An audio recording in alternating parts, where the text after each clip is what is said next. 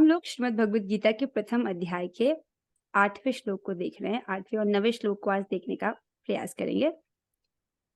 एक बहुत खूबसूरत श्लोक है श्रीमद् भगवद गीता में, जिसको हम आज इस श्लोक से क्लास की शुरुआत करना चाहते हैं।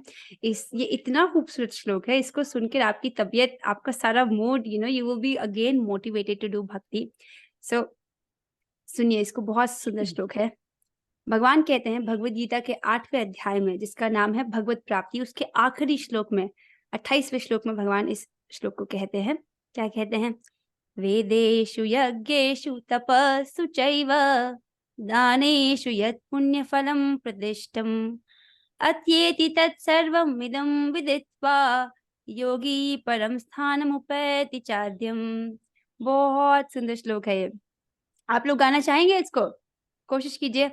वेदेषु यज्ञेषु तपस्सु चैव वेदेषु यज्ञेषु तपस्सु चैव दानेषु यत् पुण्यफलं प्रदिष्टम् दानेषु यत् फलं प्रदिष्टम् अत्येति तत्सर्वम् इदं विदित्वा अध्येति तत्सर्वमिदं विदित्वा योगी परम स्थानमुपैति चाद्यम्। योगी परम स्थानमुपैति चाद्यम्। सुंदर सुंदर। भगवान इस श्लोक में कहते हैं, जो व्यक्ति भक्ति मार्ग स्वीकार करता है वह वेदाध्ययन, तपस्या, दान, दार्शनिक तथा सकाम कर्म करने से प्राप्त होने वाले फलों से वंचित नहीं होता। वह मात्र भक्ति संपन्न करके इन समस्त फलों की प्राप्ति करता है और अंत में परम नित्य धाम को प्राप्त होता है। क्या अर्थ है इसका? भगवान कह रहे हैं, जिसने भक्ति का मार्ग स्वीकार किया है, जो व्यक्ति भक्ति कर रहा है, राइट, वह वेदाध्ययन मतलब वेद को पढ़ना, वेद को पढ़ने से जो फल प्राप्त होता है, प्लस तपस्या, हर प्रकार की तपस्या जो इस जगत में है, ठीक है, पूरा वेदाध्ययन करने से जो फल मिलता है, प्लस तपस्या, हर प्रकार की जो तपस्या करने से जो फल मिलता है, प्लस दान, खूब दान देने से जो फल मिलता है, प्लस दार्शनिक तथा सकाम कर्म, जितने भी इस जगत में जो लोग अच्छे काम करते हैं गरीबों के लिए, उनको कपड़े या अन्न दान देते हैं या कुएं खुदवाते हैं, हर प्रकार के जो पुण्य कर्म जो व्यक्ति यहाँ जगत में करता है, उन सबको कर्म करने से जो फल प्राप्त होता है, राइट, जो भक्ति करता है उससे वंचित नहीं होता। अर्थात अगर वो एकमात्र भक्ति ही करता है, भक्ति संपन्न करके इन समस्त फलों की प्राप्ति करता है, मतलब जो व्यक्ति भक्ति कर रहा है उसको सारे वेद पढ़ने का फल मिल जाता है, सारी तपस्या करने का फल मिल जाता है, सब दान और दार्शनिक तथा जो सकाम कर्म करने से जो फल प्राप्त होते हैं वो सब उस व्यक्ति को प्राप्त हो जाता है। और क्या होता है? अंत में वो परम नित्य धाम को प्राप्त होता है। कितना खूबसूरत श्लोक है ना। अब जो बुद्धिमान व्यक्ति है वो गीता पढ़ता है, और गीता पढ़ता है तो ये श्लोक सुनता है, और ये श्लोक सुनता है तो उसको समझता है और अपने एक्शंस में रिफ्लेक्ट करता है ना। कितना खूबसूरत है। अगर इस श्लोक को किसने जान लिया, उसका कितना समय बच गया, उसका कितना पैसा बच गया, राइट, कितनी एनर्जी बच गई ना। व्यक्ति कितना कुछ सोच सकता है कि मैं ये तपस्या करूं, ये फलाना काम करूं, या ये जगत में ये कुछ करूं, पर ये सारा फल आपको सिर्फ भक्ति करने से मिल जाता है। और भक्ति करनी तो सरल है। नवदा भक्ति में 9 मार्ग बताए गए हैं ना, श्रवण, कीर्तन, स्मरण, विष्णुपाद सेवन, अर्जन, इस प्रकार इस प्रकार के 9 तरीके बताए गए हैं, जिसमें श्रवण, कीर्तन और स्मरण ये प्रमुख है, राइट। और आप भगवद गीता में क्या कर रहे हो? श्रवण तो कर रहे हो। So the first one, the most important one. अगर व्यक्ति सुनेगा ही नहीं तो उसको कैसे पता चलेगा, है ना। और समझने का अर्थ ये है कि you are reflecting it in your actions. आपने क्लास में सुना, बस हो गया, दिस इज नॉट इनफ। आपने अगर उसको वाकई में आपने उसको समझा है, इसका मतलब है आप उसको अपने जीवन में रिफ्लेक्ट कर रहे हो। जिस व्यक्ति को समझ आ गया कि मेरा कल्याण हरे कृष्ण महामंत्र जपने से होगा, वो क्या करेगा? ही और she will reflect that in her और हिज एक्शंस, है ना। वो व्यक्ति उस चीज को अपने एक्शंस पर रिफ्लेक्ट करेगा। कैसे? रोज जप करने से, इजंट इट? बहुत सुंदर है। कि सिर्फ श्लोक जानना ही नहीं है, उसको अपने जीवन में उतारना है। और कॉन्ग्रेचुलेशन, आप तो भक्ति कर रहे हो, right. So now with this let's get started. हम लोग पिछली क्लास में 8वां श्लोक डिस्कस कर रहे थे, जिसमें दुर्योधन अपने आचार्य द्रोणाचार्य को अपनी सेना के विशिष्ट नायकों के बारे में बताता है। उसने कहा था, मेरी सेना में स्वयं आप हैं, भीष्म है, कर्ण है, कृपाचार्य, अश्वत्थामा, विकर्ण तथा सोमदत्ती का पुत्र भूरिश्रवा आदि हैं, जो युद्ध में सदैव विजयी रहे हैं। अब यहाँ पर जब हम इस श्लोक को देख रहे थे तो हम प्रयास कर रहे हैं कि हम एक एक कैरेक्टर को, जो महाभारत का एक एक किरदार है, उसको समझने का प्रयास करें, क्योंकि हर किरदार हमको कुछ महत्वपूर्ण लेसन सिखाता है।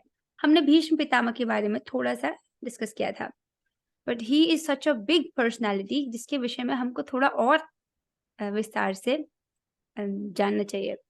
भीष्म पितामह के विषय में आप क्या जानते हैं? फर्स्ट मैं आपसे ये प्रश्न पूछना चाहती हूँ, भीष्म पितामह कौन है?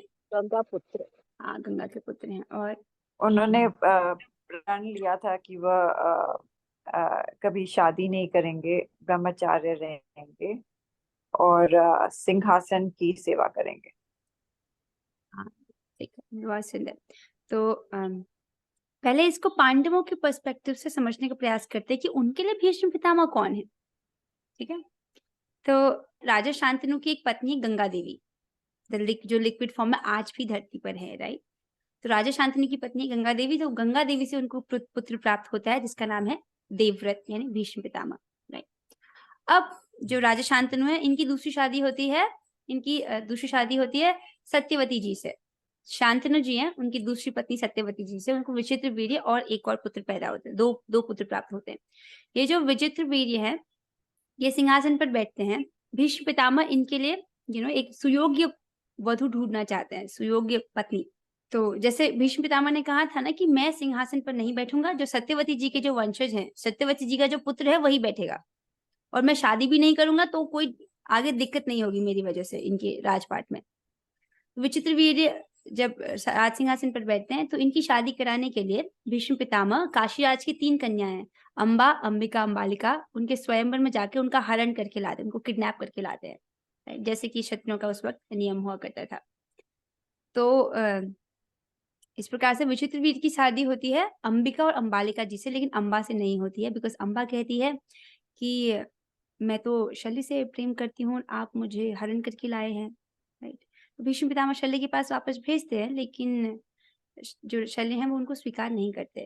वो कहते हैं कि आपको मेरे समक्ष भीष्म पितामह जीत करके ले गए, तो मैं अब आपको स्वीकार नहीं कर सकता हूँ। अंबा बहुत निराश होती है, वापस भीष्म पितामह के पास आती है और उनसे विवाह का प्रस्ताव रखती है, लेकिन भीष्म पितामह बोलते हैं कि नहीं, मेरे तो आजीवन ब्रह्मचर्य का व्रत है। तो अम्बा और विचित्र वीर भी अब अम्बा से शादी नहीं करते कि आप तो मन से शल्य को प्रेम करती है, उनको अपना पति मानते हैं, मैं कैसे आपसे विवाह कर सकता हूँ। तो अम्बा इस प्रकार बहुत कुपित हो जाती है और वो परशुराम जी के पास सहायता के लिए जाती है। तो परशुराम जी, जो कि भगवान के अवतार हैं और भीष्म पितामह के गुरु हैं, उनको आदेश देते हैं कि तुम शादी कर लो। भीष्म पितामह मना कर देते हैं, मतलब भीष्म पितामह वो एक्चुअली भीष्म पितामह को बुलावा भेजते हैं अपने पास, लेकिन भीष्म पितामह आने से मना कर देते हैं। फिर परशुराम जी क्रोधित होते हैं और उनको युद्ध के लिए ललकारते हैं। भीष्म पितामह कहते हैं कि मैंने तो आजीवन ब्रह्मचर्य का प्रतिज्ञा लिया है, आजीवन ब्रह्मचर्य की प्रतिज्ञा है, तो इसलिए मैं विवाह नहीं कर सकता हूँ, लेकिन मैं आपके युद्ध के प्रस्ताव को स्वीकार करता हूँ, मैं हार गया तो मैं शादी कर लूंगा। लेकिन ये जो भीष्म पितामह और परशुराम जी लड़ते हैं, और हर प्रकार की शस्त्र विद्या में निपुण भीष्म पितामह को हरा पाना इम्पॉसिबल है। जब परशुराम जी के ही शिष्य है भीष्म पितामह, और भीष्म पितामह के पास क्या है? इच्छा मृत्यु का वरदान है। जब तक उनकी इच्छा नहीं है, तब तक मृत्यु भी उनके समक्ष आने का सामर्थ्य नहीं कर सकती है। तो इस प्रकार से परशुराम उनको नहीं हरा पाते हैं। वो देवताओं को वो उस युद्ध को स्थगित करना पड़ता है।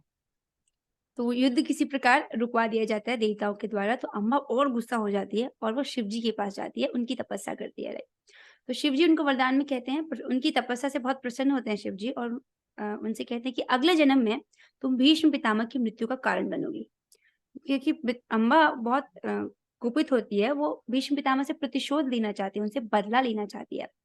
तो वो चाहती है कि इस व्यक्ति के कारण मेरा जीवन खराब हुआ है, इसीलिए मैं इसकी मृत्यु का कारण बनना चाहती हूँ।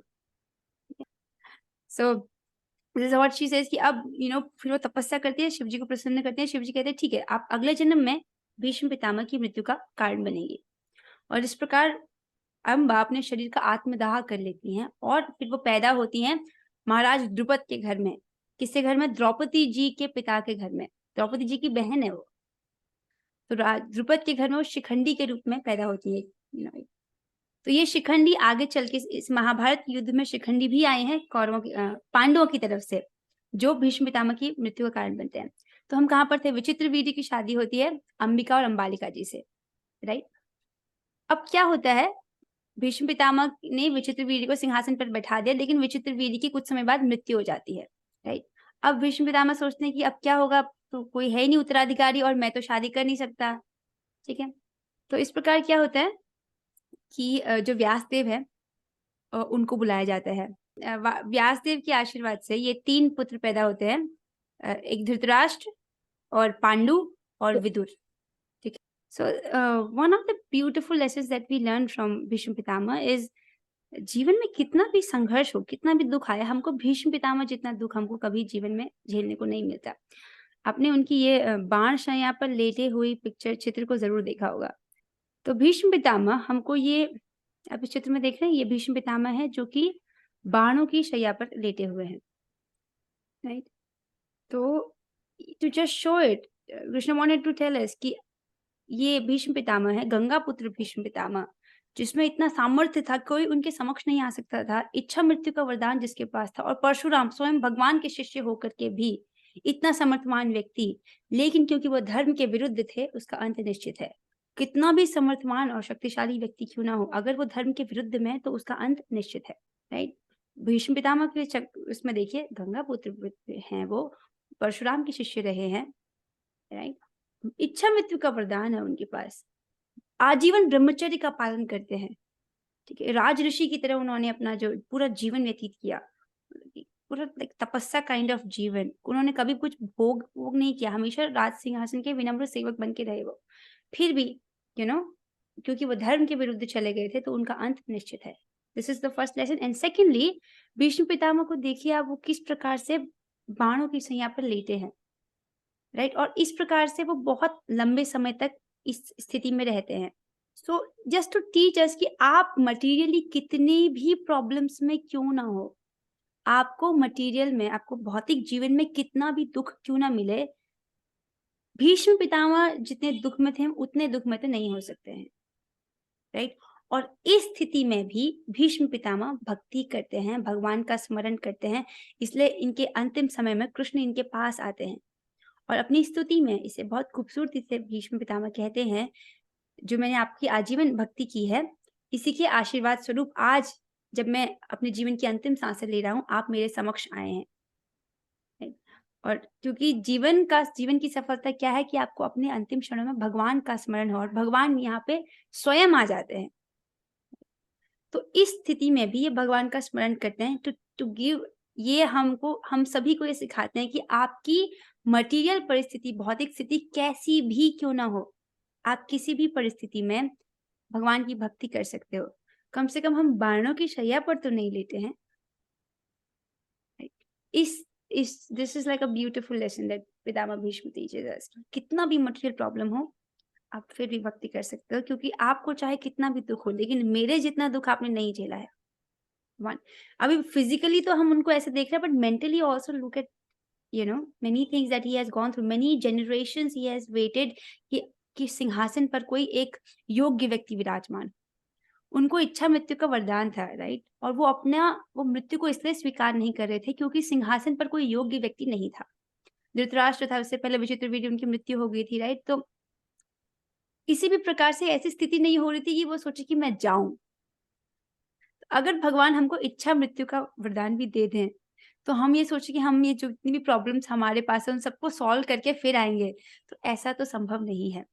अंत में क्या होता है, युधिष्ठिर महाराज सिंहासन पर बैठते हैं, लेकिन वो भीष्म पितामह के हिसाब से नहीं, भगवान की प्लानिंग के हिसाब से।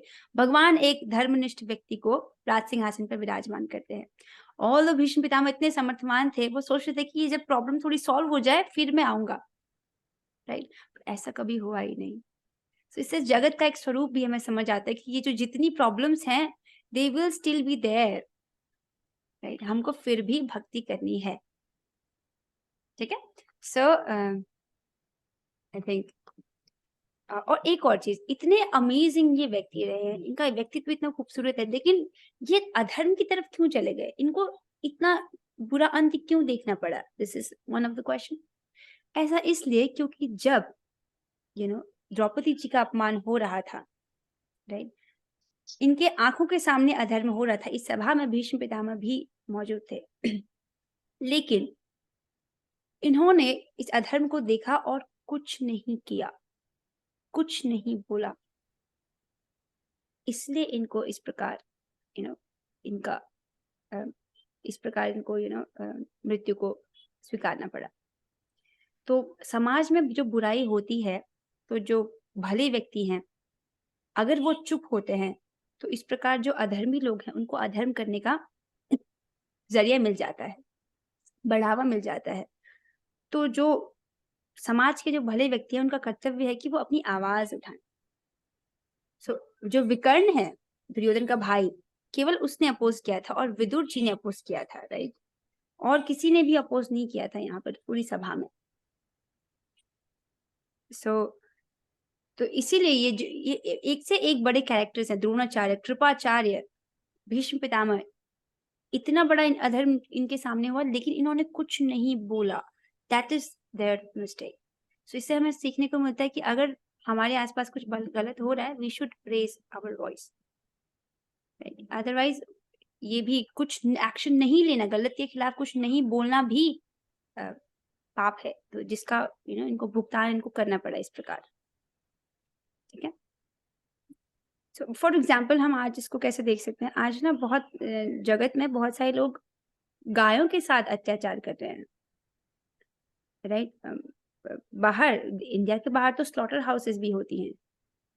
तो अब जिस व्यक्ति ने भी एक बार भी गाय का मांस खाया, दैट इज अलग, जो भी इस कार्य में इन्वॉल्व है किसी भी प्रकार से, सबको एक सबसे गहनतम नरक में डाल दिया जाता है। श्रीमद् भागवतम में इसका वर्णन आता है बहुत डिटेल से, जिसमें सभी नरकों का वर्णन है। ऐसा लग सकता है किसने देखा है, राइट। तो जिसको विश्वास नहीं है, मृत्यु के बाद जाके देख लो, क्योंकि ये तो है, स्पष्ट है, राइट। तो हम बेसिकली जो अत्याचार हो रहा है गायों के प्रति, हमको भी like those who know it, they should at least raise their voice अपने लेवल पर जितना यथासंभव हो। और जो लोग गायों की रक्षा के लिए कुछ आगे बढ़ रहे हैं, दे आर बिल्डिंग, वो गायों के लिए शेल्टर्स बना रहे हैं जिसमें गाय रह सके, शेड बना रहे हैं, उनका सेवा कर रहे हैं। अगर हम पर्सनली नहीं जा सकते तो एटलीस्ट हमको वहां सेवा करनी चाहिए, जितना भी आपसे यथासंभव हो सके, क्योंकि ये बिकॉज वी आर लिविंग, तो हमारी कुछ रिस्पॉन्सिबिलिटी बनती है। हम सोचे कि हम कुछ ना करें, we are not get involve, so that is also not good. जैसे Bhishma Pitamah, they were not involving, जबकि उनको कुछ करना था, they were in the position, they could say something, right. अगर ये कुछ बोलते तो दुर्योधन की मजाल नहीं थी कि वो कुछ भी गलत कर सके। So that's the thing. तो हम जितना भी अपने लेवल पर हो सकता है यथासंभव हमको करना चाहिए। सो with this let's end the class here. कुछ प्रश्न तो आप पूछ सकते हो, नहीं ना? ठीक है। वैसे ये गायों का, जो एक बार भी गाय का मांस जिसने खाया है उसको बोला जाता है उस गाय के अंग में जितने भी रोम है उतने वर्षों तक नरक में रहना पड़ता है, राइट। सो लेकिन अब जैसा भी, अगर कोई व्यक्ति जिसने खाया पास्ट में, अब वो सोचे कि नहीं अब हो गया जो भी हो गया, now I want to do bhakti, अगर कोई ऐसे इस प्रकार से भक्ति का आश्रय लेता है पूर्ण रूप से उस पर डिपेंड होके, तो भक्ति देवी उसके सारे पाप से उसको क्षमा कर देती है, राइट। सो जिस व्यक्ति ने भक्ति का आश्रय लिया वो बच जाता है। लेकिन अब जो भक्ति कर रहा है, अगर वो उस चीज को मिसयूज कर ले कि अब तो मैं भक्ति में हूँ, अगर मैं कर भी लूं, खा भी लूं तो क्या फर्क पड़ जाएगा, उससे भक्ति देवी रुष्ट हो जाती है, फिर उसको भगवान दंड देते हैं अलग प्रकार का। तो ये सब चीजें हैं हमारी रक्षा के लिए, राइट। तो भगवान का नाम हमारी रक्षा कर देता है इन सभी पापों से, अगर पीछे हो भी गए हैं तो उन सबको धो देता है, ठीक है। पर इसमें भी हमारी मनोवृत्ति बहुत इंपॉर्टेंट है। कोई सोचे कि हाँ अगर भगवान का नाम सारे पाप नाश कर देता है तो मैं पाप कर लेता हूँ, तो उस प्रकार उस व्यक्ति को और बड़ा अपराध लगता है, उसको नाम अपराध लगता है, और फिर उसको यमराज द्वारा बार बार प्रताड़ित करने पर भी उसका दंड समाप्त नहीं होता है। So these are the two things. अगर हम सब छोड़ के भक्ति कर रहे हैं तब हमारी रक्षा हो जाती है, लेकिन अगर हम भक्ति करते हुए इसका मिसयूज करते हैं तब हमको सबसे बड़ा दंड भोगना पड़ता है। So with this let's end the class here. हम लोग 3 बार हरे कृष्ण महामंत्र करते हैं। Let's do it together. Hare Krishna Krishna Krishna Hare Hare, Hare Ram Ram Ram Hare Hare, Hare Krishna Krishna Krishna Hare Hare, Hare Ram Ram Ram Hare Hare, Hare Krishna Krishna Krishna Hare Hare, Hare Ram Ram Hare Hare. Shrimad Bhagavad Gita की जय, श्रील प्रभुपाद की जय। All glories to Shri Gauranga. हरे कृष्णा।